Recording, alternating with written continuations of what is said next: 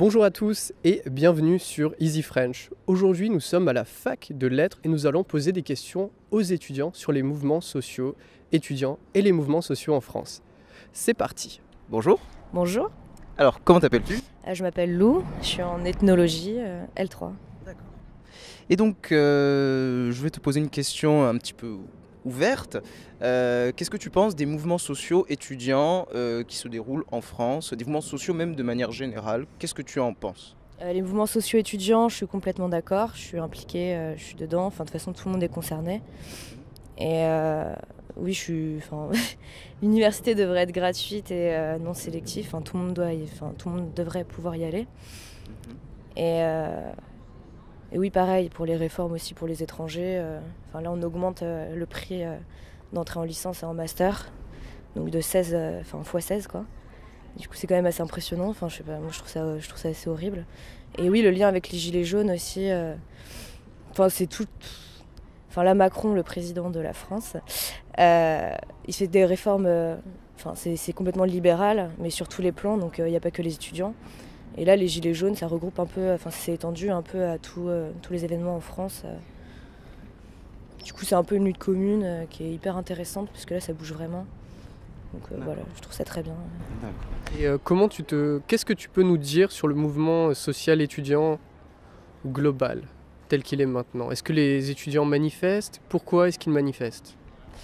Alors c'est très compliqué parce que les étudiants, pour la grande majorité, veulent de la politique. C'est-à-dire, même si on peut débattre beaucoup de fois sur beaucoup de temps en fait sur l'apolitisme, etc. Les étudiants en grande majorité ne vont pas manifester ou ne bloquent pas leur campus, tout simplement que ce soit par indifférence, par justement où ils ont peut-être leurs convictions contraires. Mais je pense sincèrement que les mouvements sociaux étudiants ont beaucoup de mal à s'enclencher et à se développer et à continuer à chaque fois, car souvent les étudiants se lassent, finissent par ne plus réagir, par ne plus manifester, par ne plus continuer à bloquer. Est-ce que tu connais des gens qui sont investis dans le mouvement, qui manifestent avec les gilets jaunes, des étudiants? Ouais, surtout en fait j'ai un collègue, je sais plus c'est quoi son truc, mais en gros, il est pour l'égalité pour tous, c'est très très gaucho, hein, bon. Mais il s'investit vraiment dedans et je sais qu'il y a des étudiants qui participent beaucoup aux Gilets jaunes. Bon, surtout ils sont dans les Black, je ne sais plus Black quoi. Bloc. Black Bloc, donc c'est un peu une équipe de casseurs, entre guillemets. Est-ce que c'est vraiment des casseurs, les Black Blocs? Je sais que ça existe partout dans le monde. C'est des gens qui se connaissent pas, qui arrivent habillés en noir et qui viennent manifester. Souvent, c'est assez violent, ils sont assez en colère en fait. Bah ouais, surtout que leur visée à la base c'est plutôt les grandes multinationales ou les banques, etc. Donc ça va être plus ça leur visée.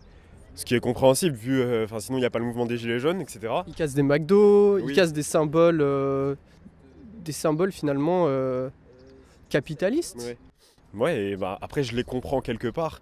À la fin de l'année de terminale, il y a un programme sur Internet qui va mettre en compétition un petit peu tous les lycéens de France. Avec des sélections sur dossier pour les grandes écoles et aussi par exemple avec la fac, c'était sans dossier.